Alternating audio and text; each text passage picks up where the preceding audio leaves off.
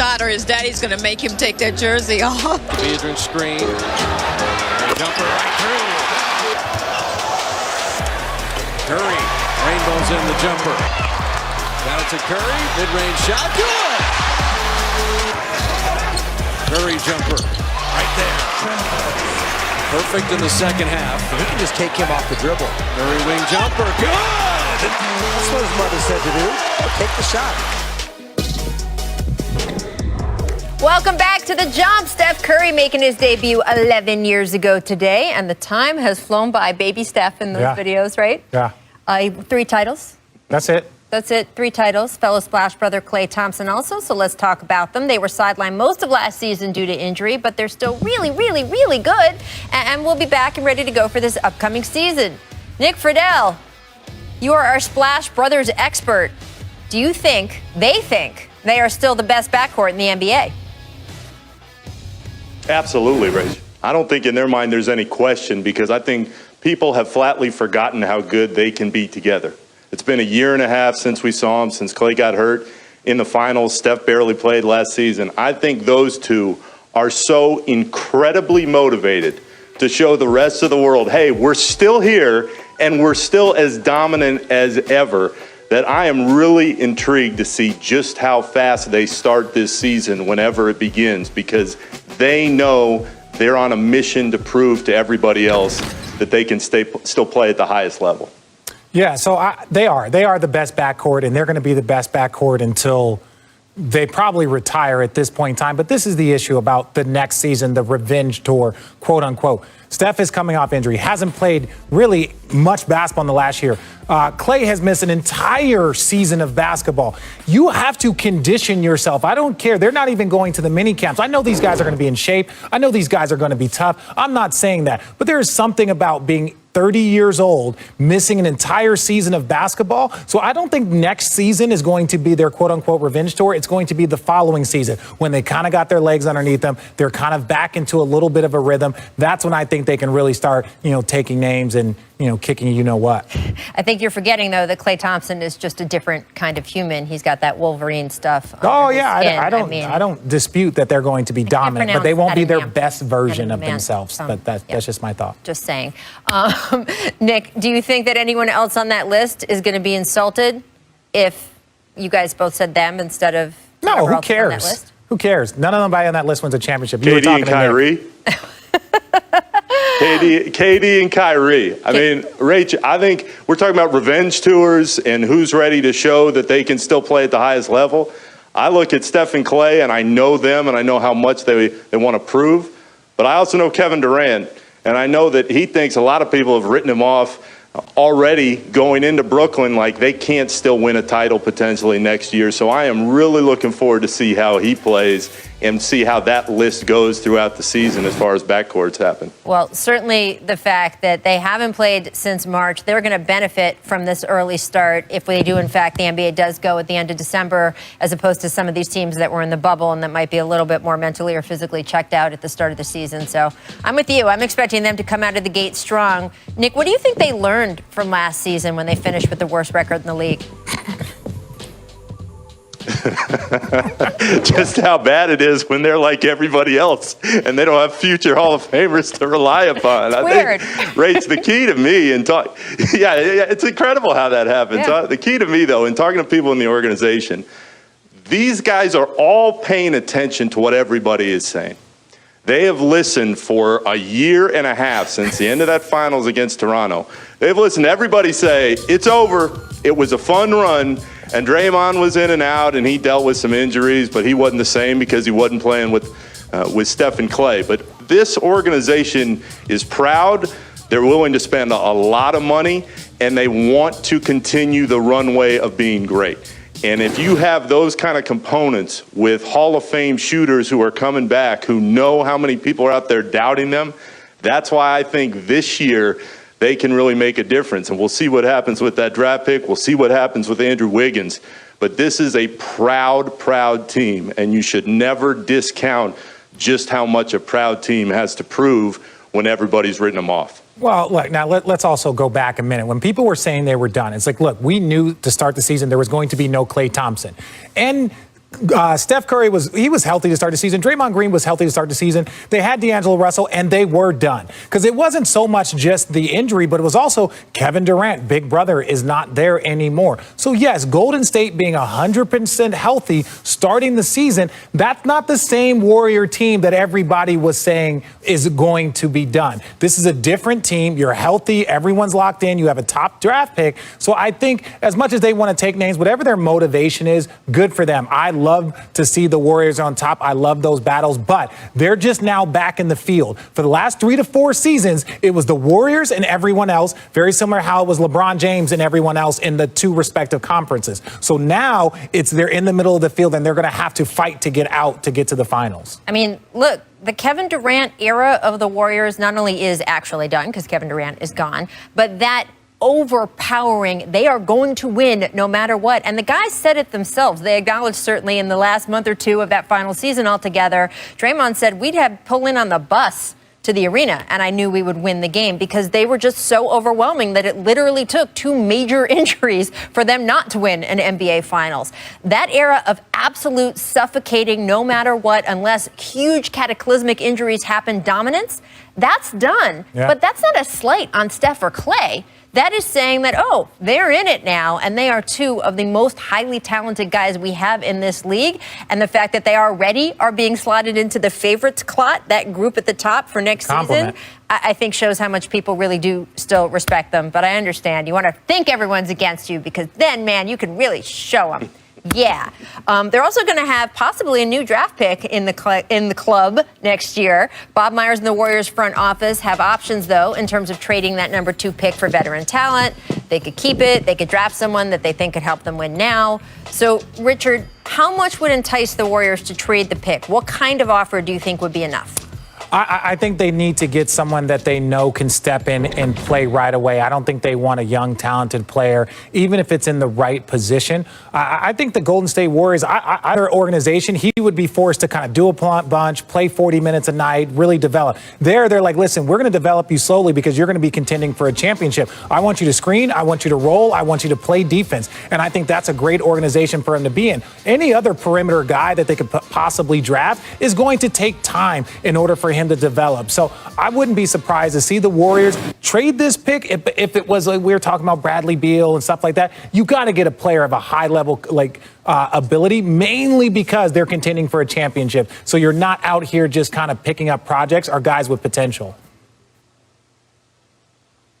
Richard, I agree with you completely. If the deal is there to be made, I've always thought that the Warriors were going to do it because they know that runway is always shorter than everybody thinks it is. Even when you have potential Hall of Famers in Steph and Klay and Draymond, they need a piece that is going to fit in right away.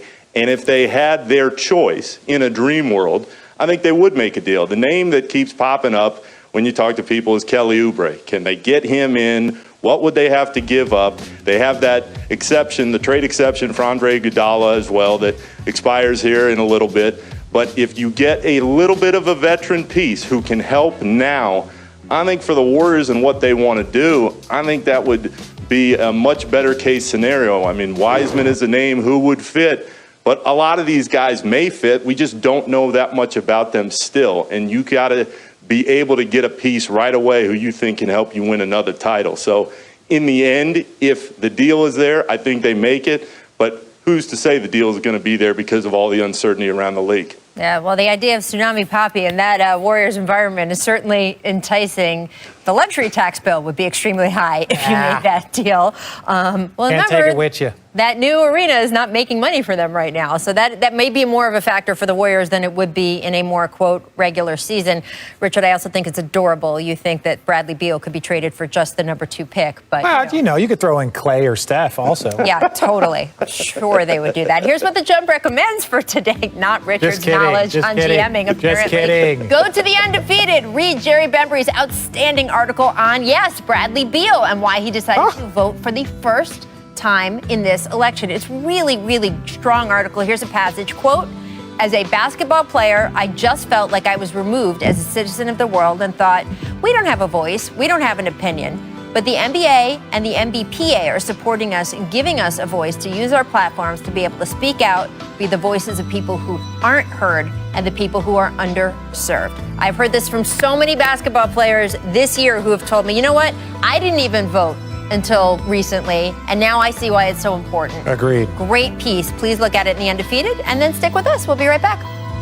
Joined by Richard Jefferson, who wishes he was a soccer player, and Nick Friedel, who doesn't. All right. Now we're back for a round of one of our favorite games here on The Jump. It's something, nothing, or everything time. Shout out Kevin Wildes. First up, according to Woj, the Miller family has entered into an agreement to sell the Utah Jazz and the arena to Qualtrics founder Ryan Smith for $1.66, wait for it, billion with a B. $1 billion.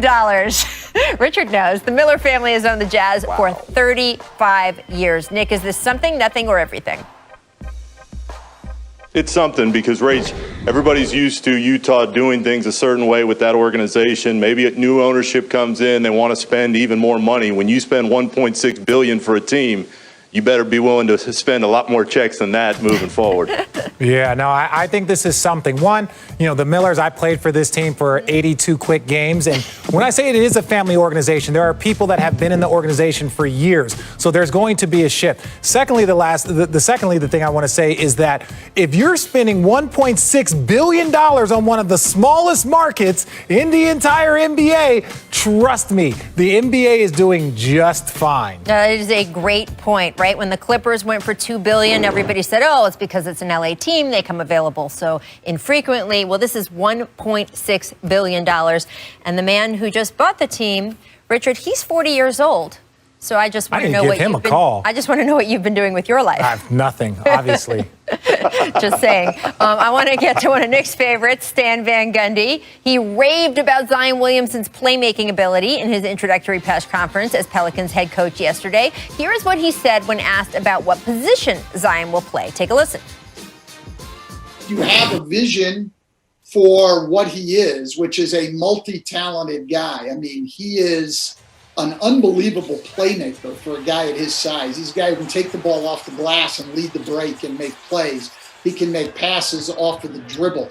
He can finish over bigger people inside. I mean, he's a multi-talented guy. I don't look at him in any way as far as is he a 4 or a 5. As time goes on, I'm going to find out that he can do even more than I think he can do, and things will evolve from there. Even more than he thinks he can do. Richard, is Van Gundy saying that Zion is not limited to a position, something, nothing, or everything? I think it's nothing, in my opinion, because we've talked about positionless basketball for like the last 5 years. Players are just trending everywhere. It's like Draymond Green is the defensive player of the year, and he plays the 5 position, and he's 6'5". You've seen what the Houston Rockets did. At the end of the day, Zion Williamson is an athletic freak. He has the physical size of a huge 4-man, probably more of a defensive lineman, but he can shoot the ball. We've seen it improve that. We've seen his skill because he's only 6'5", so he has skill. So there's like, who cares about what position he is? They just need him on the court for about 70+ games. Then you have something. Right, this is absolutely nothing. Zero. This is exactly what Stan's supposed to say. I mean, Stan's whole tenure in New Orleans is going to be defined on how well he gets Zion to play year after year and how many wins Zion can lead the team to. So Stan has to say all this. I'm sure he believes it or he wouldn't have taken the job, but this is absolutely nothing. Zion has to develop, understands watch, and if he does, they're all going to be set. Well, there are going to be so many eyes, right, on the relationship between those two.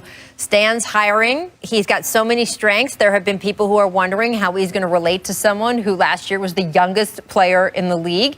And he absolutely thinks that he has a path to make him and Zion like this. So we will find out if that's actually going to happen. All right, let's move on to the Knicks, because according to our former colleague, now SNY's Ian Begley, several teams have reported the Knicks are open to taking on some undesirable contracts in trades. The idea, of course, is to acquire draft picks, young talent in exchange for doing so. Nick, is this something, nothing, or everything? This is nothing. Isn't this ingrained in the Knicks DNA to get bad contracts and get players who are past their prime? I mean, Nick. My man. This time it would be on purpose. Rach, look, my man Tibbs is not going there to lose. I know that. So he is going to get any veteran guy who he thinks he can still get to play at a high level and get them to win games. But this is nothing. The Knicks are where bad contracts go to die. Anybody who's got a bad contract on their books is going to call them up and say, hey, Tibbs will take him, just give us some money. So I am not surprised at all. I just don't think the Knicks are going to be as atrocious as the rest of the world does, because I know Tom Thibodeau, and he's going to do everything he possibly can to prove all the people who are doubting him wrong. That's certainly true. So I agree with you because it is the Knicks, but let's play a game called hypothetically things are going to work out. And so we're going to give an example, a pretty basic example. Basically, when the Nets got fleeced for all of their draft picks and they had no draft picks for multiple years and they had nothing, their team was dog, it was bad. What did they do? They took on Timothy Mogaz's contract in order to get, who did they get? D'Angelo Russell, who was the number 2 pick in the draft just 2 years prior. Lakers wanted to move on because they got Lonzo Ball. So you take on a bad contract, you get a good draft pick, and then he ends up developing and being an all-star. What did that all-star allow him to do? It allowed him to get the team to the postseason, which made the Nets an attractive free agent destination. So let's say that they followed the exact same thing. We know it's not because it's the Knicks, but ultimately this is their mindset and what they're thinking. So I'm going to say it's something. I absolutely think it's something because I think it is evidence of a plan. Richard, the model that you just described is absolutely what the Knicks should be doing this offseason. There's not a lot of teams this offseason that have cap room, so that's one. Second of all, the cap is going to be lower because of the less revenue coming in, even with them artificially inflating it somewhat. So that is going to even more make the fact that you have not a lot of teams being willing to take on these kinds of deals. If you are a team with a lot of cap room and a little bit of a tolerance because maybe you've got a new coach and management that everyone understands this is a little bit of rebuilding, you can be the one that can take these contracts and get a pretty high price of a high pick attached, a player that you want. Tobias Harris, calling Tobias Harris. This is actual planning on the Knicks calling part, Al which Horford, again, calling Al Horford. Is the difference between before, when a lot of times it was the Knicks offering the bad contract themselves and then having to send it attached to. Because of that, the Lakers, just because of that connection. What do you got, Nick?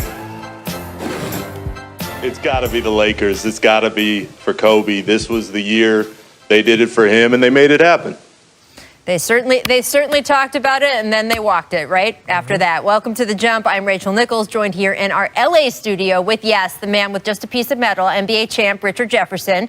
He spent 6 weeks with me inside of the bubble covering the postseason, and he came back for more, which is unexplainable. We are also joined by our ESPN NBA insider, Nick Friedel, who is joining us from his hometown of Orlando. Coming up, we're going to catch up with the Warriors, who they are coming off of their gap year after making 5 straight finals appearances. Nick spent all of last season covering Golden State, and he will tell us exactly what to expect next season from Steph, Klay, and Draymond. But first, got a little breaking news here for you. This Philadelphia 76ers, according to our Adrian Wojnarowski, are in advanced talks on a deal to hire former Rockets GM Daryl Morey to oversee the franchise's basketball operations. A deal is expected to be finalized in the next few days.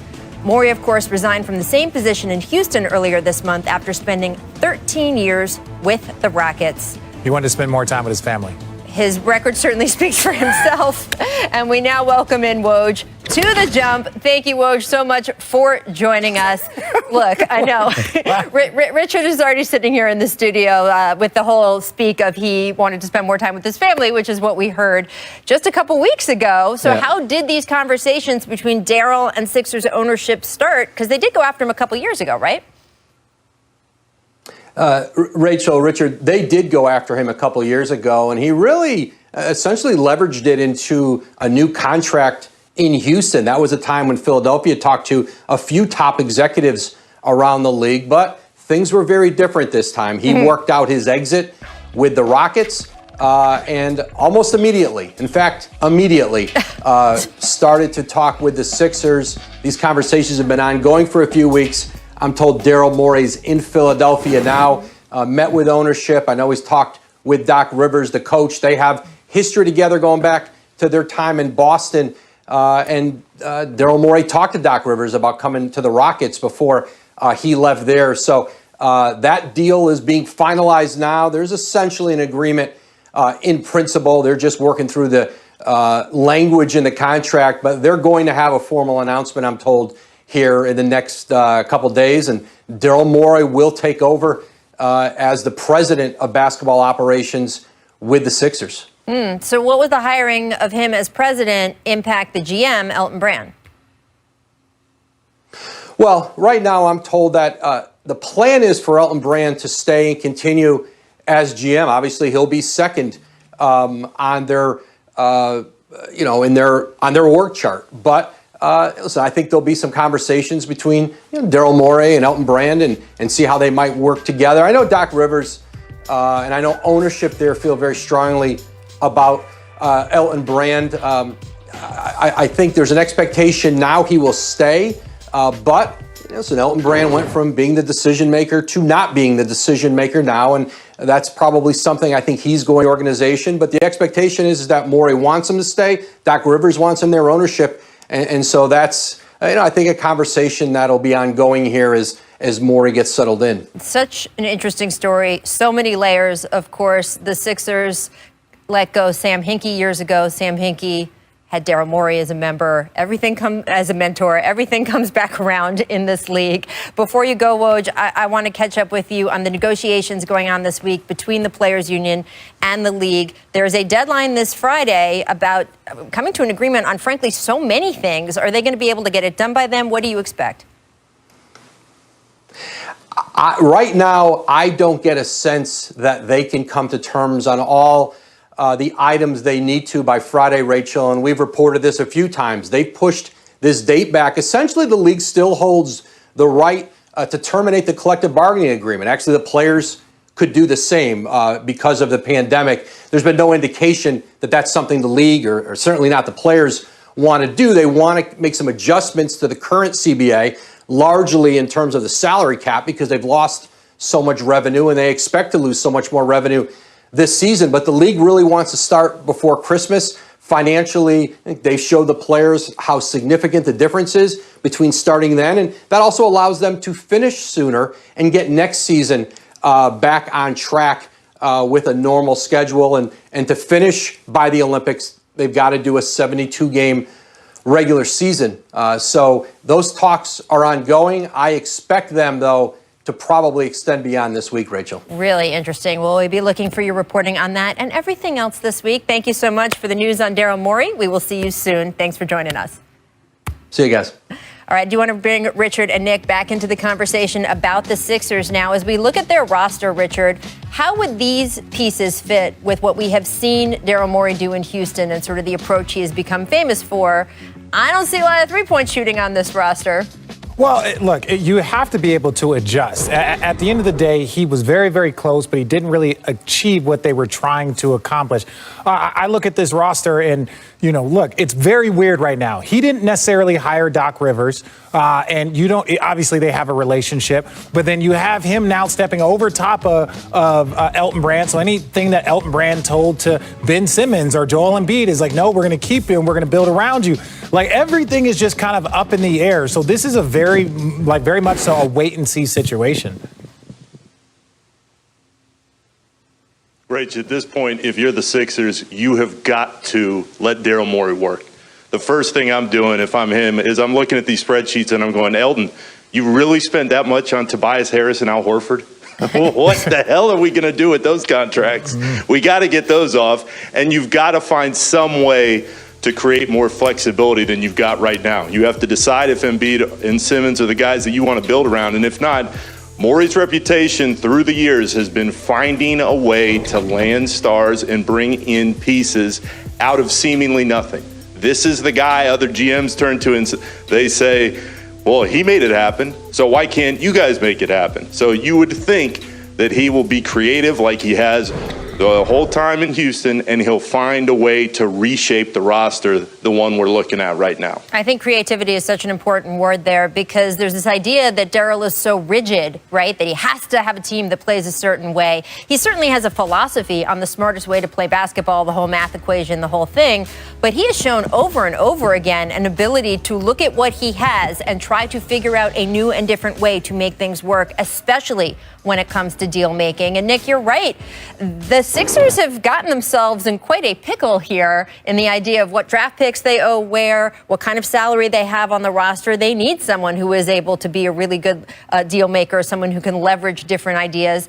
And frankly, the Sixers, as we've been saying, Richard, all season, could use more three-point shooting and more shooting around them. We've seen the roster slowly lose shooting over the last 2 seasons. Do you think that if Daryl injects a little bit more of a shooter's mentality into roster construction, it will help Embiid and Simmons play together? Well, I think it will, but ultimately, you're right. One thing that I know about the Houston Rockets, just from people that have been in the organization, is that he's thinking things 3 to 5 years in advance. He's looking at where teams are, where they might be vulnerable. That's why so many people look at what he's able to do and how he's able to accumulate draft picks. I would also look at Danny Ainge and what he's able to do. So when you start to look at, what he's going to do in Philly, yes, I would say Tobias Harris to the Knicks. They want to take on bad contracts. And so I think there's so many opportunities now that he's like, okay, look, we might have to take 1 or 2 steps back to ultimately build towards what we see and what we want to do in the next 3 to 5 years. No question. And Nick, we know that he had an almost record number, right, of deals over his tenure in Houston. So I expect a lot of deal making to ensue this offseason right away, don't you? Absolutely. I mean, this is why he's there, Rach. They brought him in to make this roster work. And if it's not going to work now, he's going to find a way in the next couple of years to do it. The thing that would scare me for the rest of the league, you put Daryl Morey, Doc Rivers, and potentially Elton Brand in a room when guys are coming in as free agents and they're hearing that pitch in Philly with those guys and their track record.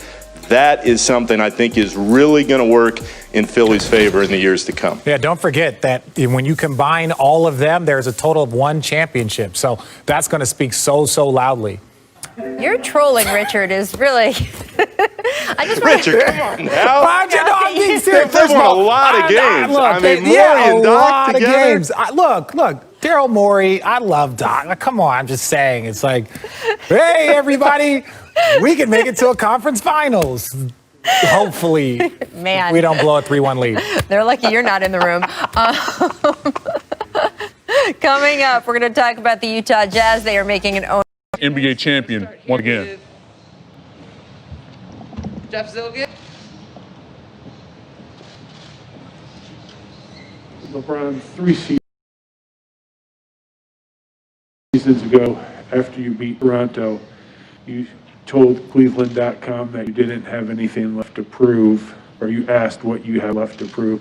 And I wanted to know if that's changed over the past 3 years. Did you feel you had something to prove, and why is this one so important for you?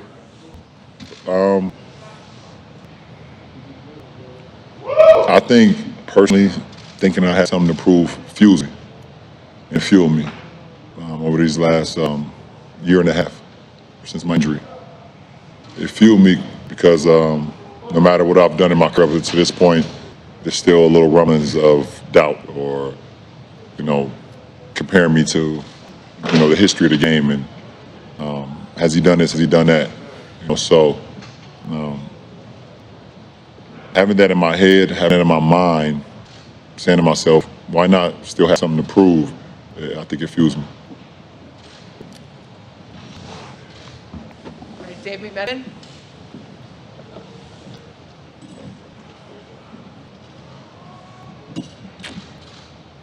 LeBron, all the circumstances surrounding this one, being in Orlando, having 4.5-month hiatus, away from family, everything going on in the country, how does that add context to this 4th ring versus the other 3?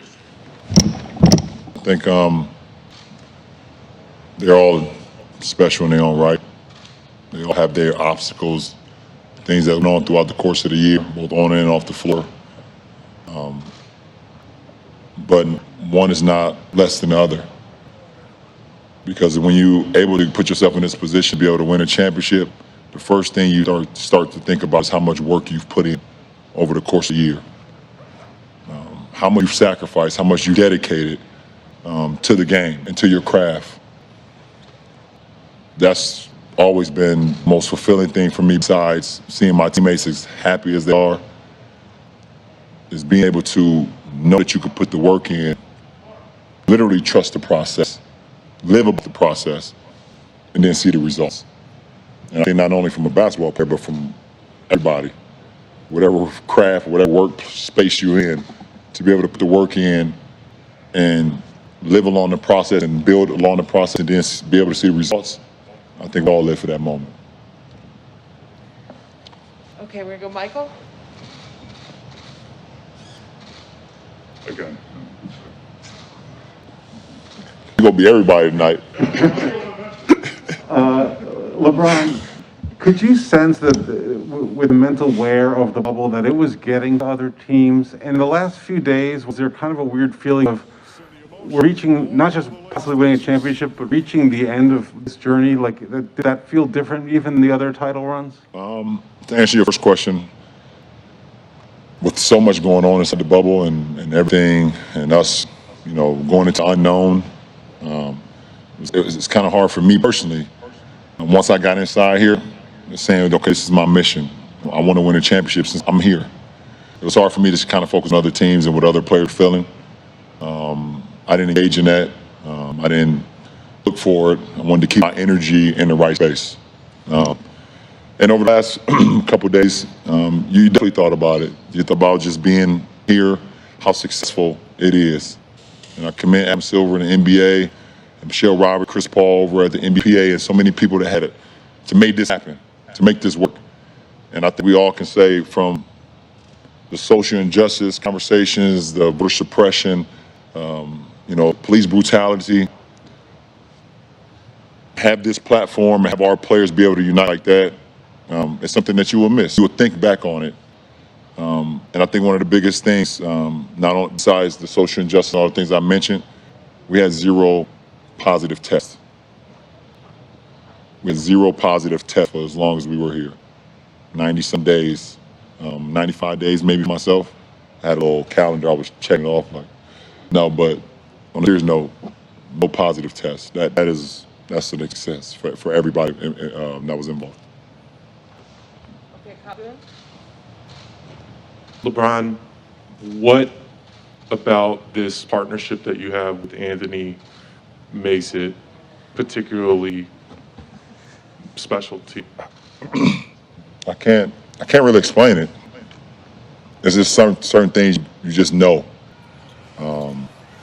In any type of relationship, you kind of just feel, you just know that vibe. You have that respect. You have that drive, and sometimes you can't explain what links you with somebody, and then it's that organic. And sometimes you don't even try to explain. Sometimes you guys ask me about my relationship with AD. The first thing I think about is respect, the no ego, the challenging each other, and we want each other to be better than actually ourselves. Like, I want AD to be better than me. AD want me to be better than him every single night, every single day, and we challenge ourselves, and I think a part of it. Alrighty, Dan. Hey, LeBron. Don't make me laugh. You finally got one. I got one. With about 3 minutes left, you looked over, you saw Anthony sitting there, probably the realization of what you guys accomplished hitting for the first time. I'm wondering, how much did that remind you of 2012 for you, and what did that first title do for your career, and what can this do for AD moving forward? Yeah, it definitely reminded me of it. Just the excitement, I can't believe this. I definitely saw myself 27 LeBron, 27 Anthony, 27 AD. I definitely saw myself in that. And what it did for me in my career, it basically let me know that the work that I put in on my craft, and the way I played the game, how I was taught to play the game when I first picked up a basketball at 8 years old, it's okay to play that way and be able to win. No matter how many people tell you, okay, you should maybe shoot more, you should maybe do this more, you should maybe be like him more. It let me know that the way I play basketball, the way I was taught basketball is the right way to play it, because you do see results. And then it just continued to boost your confidence. Not saying that Anthony AD doesn't already have confidence, but it takes it to another level. Sam Amick.